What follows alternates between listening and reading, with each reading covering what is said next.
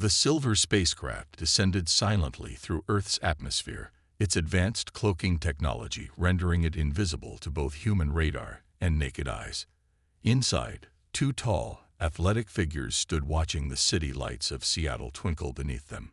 Their blue-tinted skin glowed softly in the dim light of their ship's control room. "Are you certain about this one, Zorak?"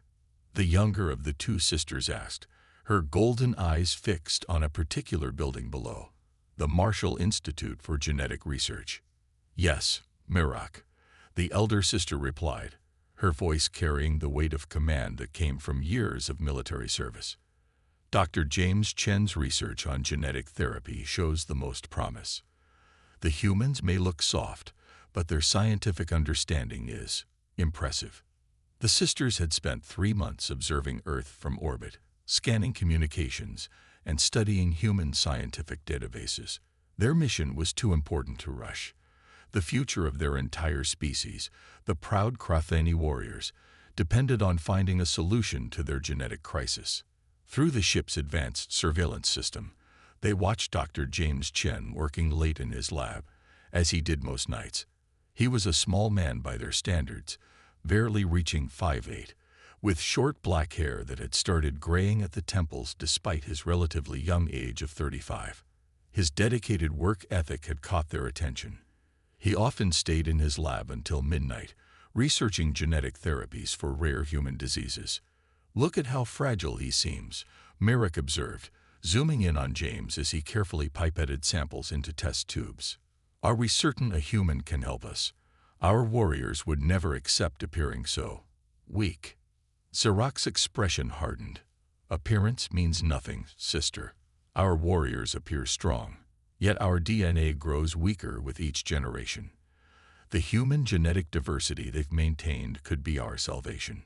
The sisters knew the bitter truth their proud race refused to face. Centuries of selective breeding for combat prowess had led to severe genetic bottlenecking. Birth rates were plummeting, and genetic diseases were becoming more common. Without an injection of fresh genetic material and expertise, the Krathani would be extinct within 5 generations.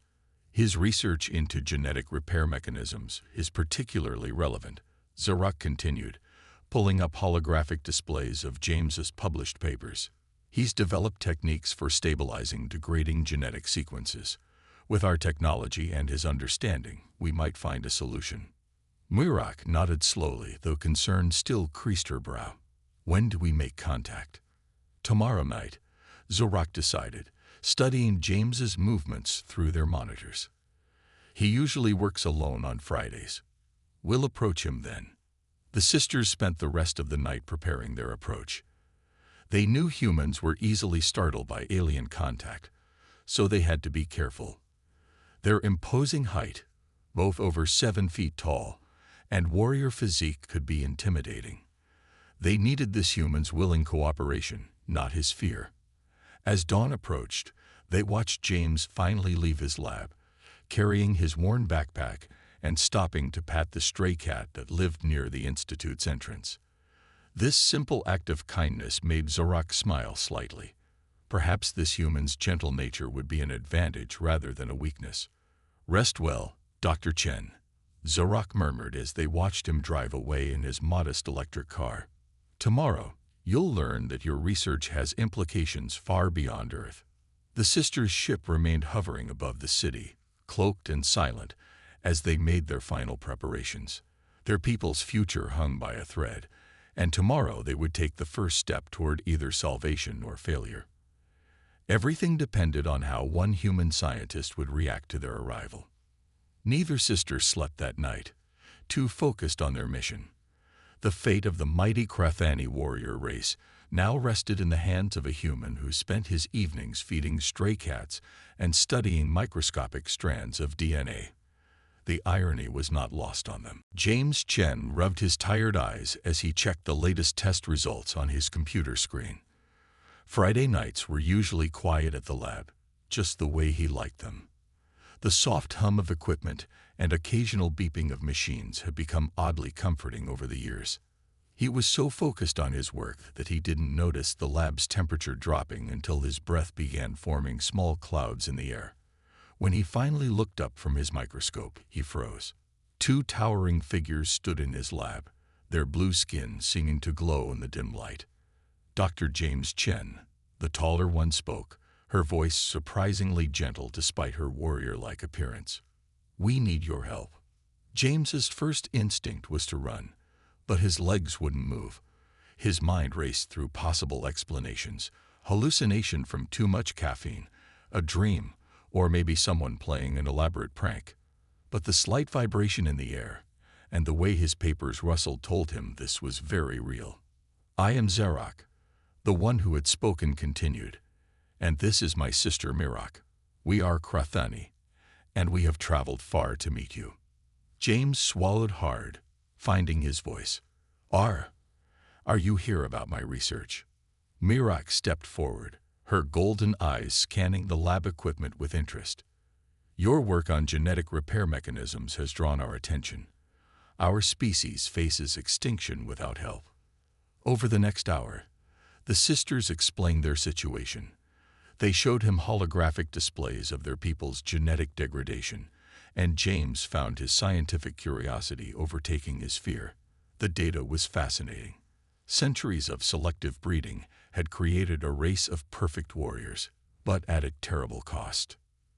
"Your research suggests you might understand how to help us," Zerak said, watching James study their genetic charts. "We can offer you access to technology centuries ahead of Earth's current level." James looked up from the displays, his scientist's mind already racing with possibilities. "This is incredible, but why me? There must be hundreds of genetic researchers on Earth." "Your papers show you understand something many others miss," Mirak explained. "The importance of genetic diversity. And your work with rare diseases proves you can think creatively about genetic problems. Plus," Zerak added with what might have been a smile, "we've observed that you have compassion. The way you treat even small creatures shows you understand the value of all life." James thought about the stray cat he fed every night, surprised that such a small act had influenced their decision. "If I agree to help, what exactly would that mean?" The sisters exchanged glances before Zerak answered. "You would need to come with us to our ship. We have a fully equipped laboratory there. We cannot risk Earth's governments interfering with our mission." "You want me to just leave? Right now?" James looked around his lab, his light's work surrounding him. "We understand this is a significant request," Mirak said softly, "but our people are running out of time. Each generation is weaker than the last." James stood up slowly, walking to the window. The city lights twinkled below, normal and unchanged, despite how extraordinary this night had become. He thought about his research, about all the people he'd hoped to help. Now he had a chance to save an entire species. "I have conditions," he said finally, turning back to face them. "I need to be able to continue my human disease research alongside helping your people, and I want everything to be documented properly. No shortcuts or ethical compromises." Zerak nodded solemnly. "We expected nothing less from you, Dr. Chen. Your ethical standards are part of why we chose you." As James began gathering his research materials, he realized his life would never be the same after tonight. The stray cat would need a new friend to feed it, but perhaps he was about to help feed the future of an entire alien race. The Krathani Sisters spacecraft was unlike anything James had ever imagined. The laboratory they had prepared for him made his university lab look like a high school science classroom. Gleaming surfaces hosted equipment he couldn't even name, and holographic displays floated in the air, showing complex genetic structures in 3 dimensions. "This is incredible," James breathed, touching one of the floating displays. The DNA strand rotated under his fingers, showing details he had only theorized about before. "We're glad you approve," Zerak said, standing nearby. She had removed her armor, revealing more casual attire that still emphasized her warrior physique. "But we notice you seem hesitant." James turned to face the sisters. "Before we start, we need to establish some ground rules. I saw your genetic profiles. You're planning to use human DNA to help your species, right? Mirek nodded. That is correct. Your species has maintained remarkable genetic diversity despite your technological advancement. Then we need to talk about consent, James said firmly. We can't just take genetic samples from random humans. Any human genetic material we use must come from willing donors who understand exactly what they're agreeing to. The sisters exchanged confused looks. But we have the technology to simply take what we need, Mirek argued. Why complicate the process? Because that's not how we do things, James explained patiently. Trust and ethical behavior are just as important as technical capability. Maybe even more important. Zarak studied him thoughtfully. Your people value choice over efficiency. This is different from our way. Different isn't always bad, James said, walking to another display. Look at this. Your people's genetic problems started because you valued efficiency over diversity. Sometimes the longer path is the better one. As they discussed the project, a soft alarm suddenly sounded through the ship. Mirek rushed to a control panel, her expression turning worried. Earth's satellite detection systems have noticed energy fluctuations from our cloaking field. It was bound to happen, Zarak said calmly. Their technology is more advanced than we expected. James felt his heart rate increase. What does this mean? Your governments will soon know of our presence, Zarak explained. We must decide quickly. Do we try to maintain secrecy, or do we approach them openly? James thought about it carefully. If we try to hide and get caught, they'll assume the worst. But if we're open about our research, he paused, considering the implications. We need to control the narrative. Let me help you talk to them. The sisters looked surprised. You would speak for us? Mirek asked. Think about it, James said, warming to his idea. A human scientist working willingly with you, explaining the benefits of cooperation between our species. It's better than them discovering alien warriors secretly orbiting Earth. Zarak's expression softened slightly. You continue to surprise us, Dr. Chen. Our warriors would have suggested fighting our way out if discovered. And that's exactly why your species needs new perspectives, James said, pulling up more genetic data. Look, even in these few hours, I found patterns suggesting that your warrior traits don't have to be lost. We can preserve your strength while adding human adaptability. As they worked through the night, James noticed the sisters beginning to adopt some of his methodical approach, while he found himself appreciating their decisive nature. They were learning from each other, just as their species might learn to complement each other's strengths. Tomorrow, James said, looking at the Earth through the ship's window, we'll face a lot of questions. But tonight, let's focus on the science. Show me more about how your genetic enhancement technology works. The sisters agreed, and as they explained their advanced techniques, James realized that trust wasn't just about ethics, it was about survival. Both their species would need to trust each other to face the challenges ahead. 3 weeks had passed since James began working with the Krathani sisters. The initial panic from Earth's governments had settled into an uneasy acceptance, thanks largely to James's diplomatic handling of the situation. Now he stood in the ship's laboratory, staring at his latest test results with growing excitement. Zarak, Mirek, come look at this, he called out, his hand shaking slightly as he expanded the holographic display. The sisters rushed in, their heavy footsteps echoing through the metal corridors. What have you found? Zarak asked, her golden eyes scanning the floating genetic models. Watch this simulation, James said, pressing a few buttons on the control panel. The display showed a strand of DNA transforming, combining Krathani and human genetic sequences. See how the human emotional processing genes integrate perfectly with your enhanced physical traits. Mirek leaned closer to the display. But our previous attempts at genetic mixing failed. What's different? Emotions, James said, grinning. We were so focused on physical traits that we missed something crucial. Human emotional range isn't just about feelings. It's tied to our adaptability. Our ability to feel deeply actually helps us survive and evolve. Zorak watched the simulation complete its cycle, showing a stable genetic structure. You're saying our warrior culture's suppression of emotions has contributed to our genetic stagnation? Exactly. James moved to another display, pulling up more data. Your species focused so much on physical perfection that you accidentally bred out some crucial survival traits. Human DNA can restore these while keeping your strength intact. As James explained the details, he noticed Zorak standing closer to him than usual.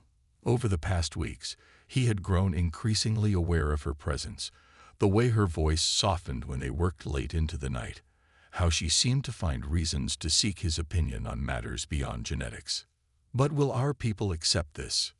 Mirek asked, interrupting his thoughts. Using human emotional traits to save our species, many will see it as weakness. Then we show them it's not weakness, James said firmly. Look at these combat simulation results. A warrior who can think creatively, who can adapt emotionally to new situations, is actually more effective in battle. Zorak nodded slowly. He's right, sister. Our greatest warriors have always been those who could think beyond pure strength. We just never connected it to emotional capacity before. James pulled up another set of data, but fumbled with the controls, still not entirely used to the alien technology. Zorak reached over to help, her hand brushing against his. For a moment, neither of them moved. I should check the ship's security systems, Mirek said suddenly, a knowing look in her eyes as she left the laboratory. Alone with Zorak, James tried to focus on the displays. The next step is to create a practical application method. We'll need volunteers for the first trials. James, Zorak interrupted softly, using his first name for the first time. You've done more than just solve our genetic crisis. You've shown us a new way of thinking. He turned to face her, suddenly very aware of how close they were standing. Your people have taught me a lot too. Strength isn't just physical. Your dedication to your species' survival, your willingness to look beyond your traditions, that's true strength. Perhaps, Zorak said, her voice carrying an emotion James hadn't heard from her before, this project will unite our species in more ways than we expected.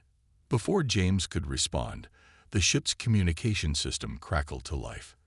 A deep, authoritative voice spoke in the Krathani language, making both sisters stiffen with recognition. It's the High Command, Mirek said, rushing back into the lab. They've received word of our breakthrough. They're sending a warship to evaluate our work and our methods. James looked at the concerned faces of both sisters and realized their scientific breakthrough might have just become the catalyst for something much bigger than they had planned. The news of the Krathani warship's approach spread quickly through Earth's governments. Inside the sister spacecraft, James watched multiple holographic screens showing news reports and emergency government meetings from around the world. Your people seem afraid, Mirek observed, watching the reactions. They think it's an invasion force. Can you blame them? James replied, rubbing his tired eyes. A massive alien warship heading to Earth isn't exactly comforting news. Zorak entered the room, her face tense. We have another problem. I just received a message from the Conservative Warrior Council. They're calling us traitors for suggesting genetic mixing with humans. James turned away from the screens to face her. Traitors, but you're trying to save your species. The council believes that death is better than what they call genetic pollution. Zorak explained, her voice bitter. They would rather see our race die proud than survive through change. A new alert flashed across the screens. The United Nations was calling an emergency session. James recognized his former university dean among the speakers. The Krathani visitors have shown peaceful intentions, the dean was saying. Dr. Chen's work with them could benefit both our species. But can we trust their military? What if they take our genetic material by force? Mirek slammed her fist on the control panel. They don't understand. The warship could ruin everything we've worked for. Then we need to make them understand, James said firmly. He turned to Zorak. How long until the warship arrives? "48 hours," she replied. "High Commander Vorkath leads them. He's traditional in his views." James paced the room, thinking hard. "Okay, we need to work on two fronts. First, we need to convince Earth's governments that the warship isn't a threat. Second, we need to prove to your conservative council that our solution doesn't weaken your people. And how do we do that?" Mirek asked skeptically. "By showing results," James said, moving to the lab's main computer. "We've completed enough simulations. I volunteer to be the first test subject for genetic integration." "No," Zorak stepped forward, grabbing his arm. "It's too dangerous. We haven't tested it on living subjects yet." James looked up at her, seeing the worry in her golden eyes. "We're out of time.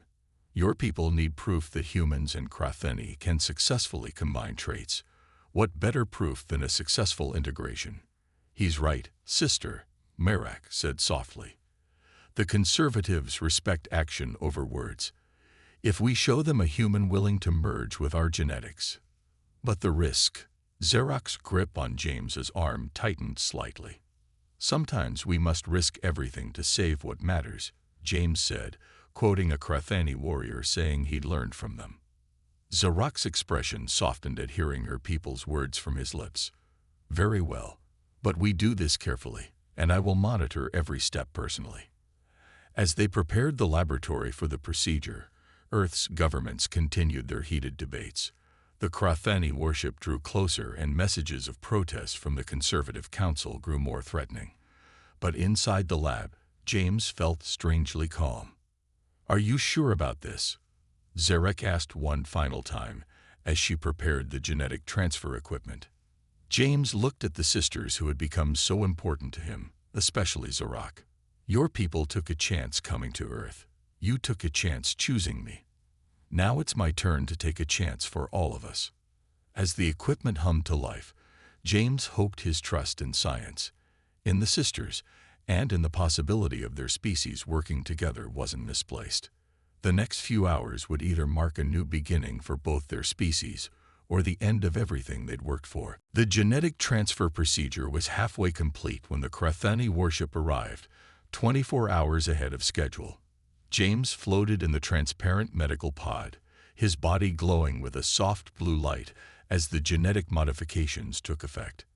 "They're hailing us," Mirek reported, her voice tense. "High Commander Vorkath demands immediate docking." Zorak stood protectively near James's pod, her eyes fixed on his vital signs. "Tell them we're in the middle of a critical procedure. We cannot stop now." The massive warship loomed over Earth, causing panic in cities worldwide. On the lab's screens, news channels showed crowds gathering in streets, some in fear, others in protest.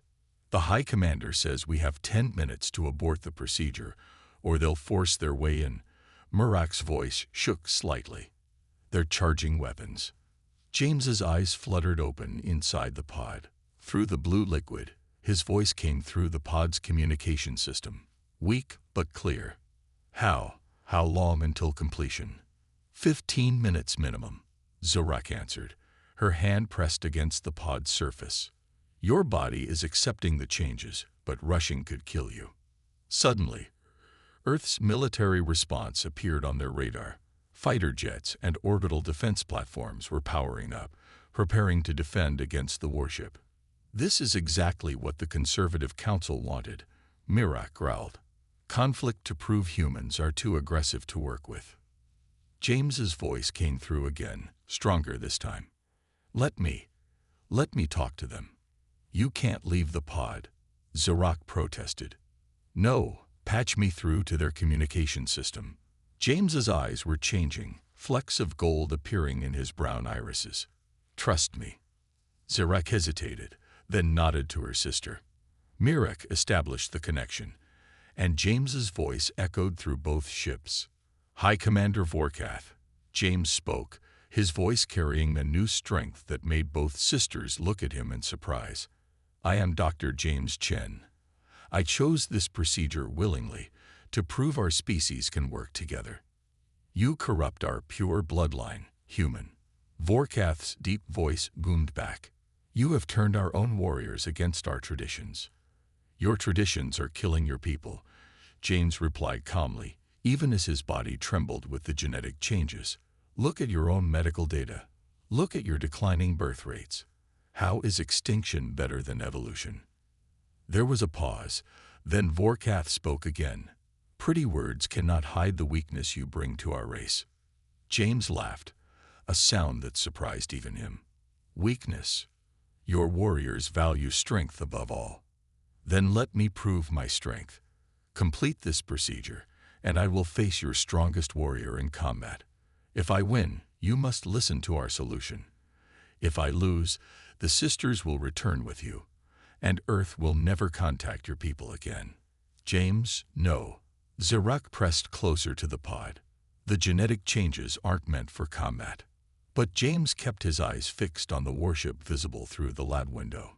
What say you, High Commander? Will you honor the warrior's way of challenge?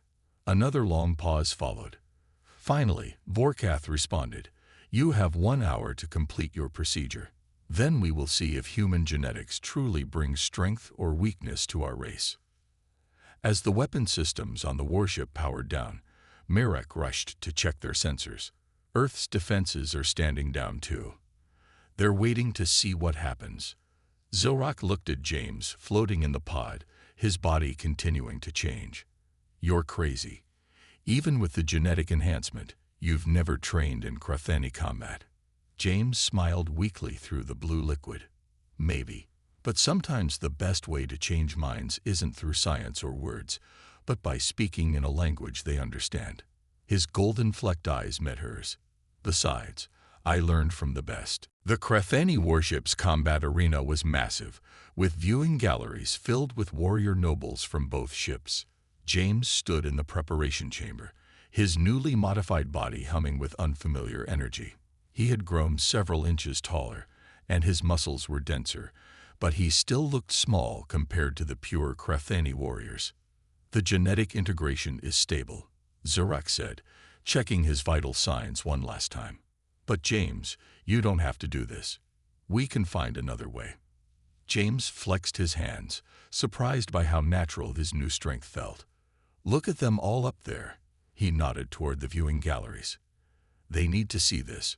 Not just the fighting, but what we can become together. Mirek approached with a set of traditional combat armor. Your opponent will be Drakthor, one of our most decorated warriors. He has never lost a challenge. Perfect, James said, letting them help him with the armor. If I'm going to change minds, I need to beat their best. The sisters exchanged worried looks as they fitted the last pieces of armor. James noticed Zarak's hands trembling slightly as she adjusted his chest plate. I had a good teacher, he reminded her softly. Over the past hour, she had quickly trained him in basic Krathani combat moves, his enhanced body learning the techniques with surprising speed. A deep horn sounded through the arena. It was time. Remember, Mirek said quickly, Drakthor always attacks from the right first. It's tradition. James smiled. Sometimes the best way to honor tradition is to show it can evolve. He walked into the arena, his footsteps echoing in the sudden silence. Across the field, Drakthor emerged, nearly 8 feet tall, his blue skin dark with combat markings, his golden eyes burning with determination. High Commander Vorkath's voice boomed through the arena. This challenge will determine the fate of our species' interaction with humans. There will be no death blows, but everything else is permitted. He paused dramatically. Begin. Drakthor charged immediately, moving to the right as Mirek had predicted. But instead of defending, James stepped forward, using his smaller size and new agility to slip past the warrior's guard. His fist, powered by enhanced muscles but guided by human ingenuity, struck precisely at a nerve cluster Zarak had taught him about. The crowd gasped as Drakthor stumbled. No one had ever countered his opening move before. Impossible, someone shouted from the gallery. The human knows our secret combat techniques. But James wasn't fighting like a Krathani warrior. He mixed their powerful moves with human adaptability, creating a style no one had seen before.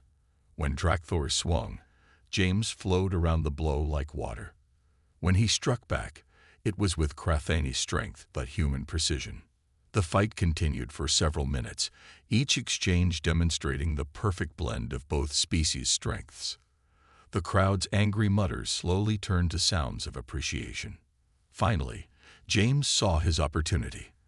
As Drakthor launched a traditional finishing move, James used the warrior's own momentum against him, adding a twist he had learned in his college wrestling days.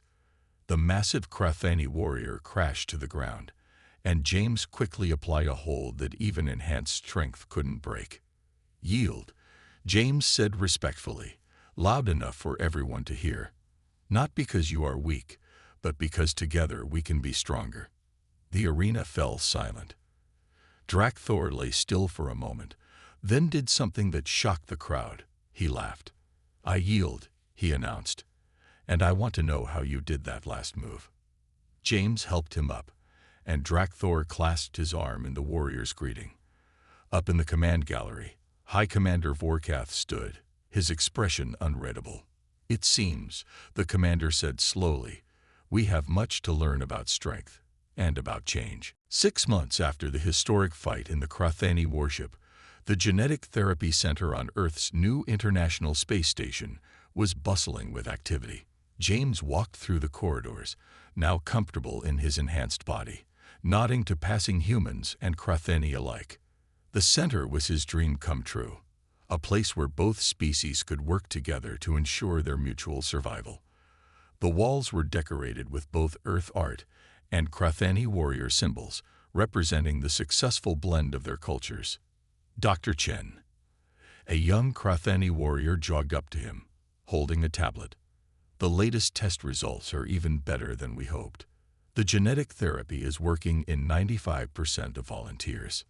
James smiled at the warrior's enthusiasm. Just months ago, such excitement would have been considered unseemly for a Krathani.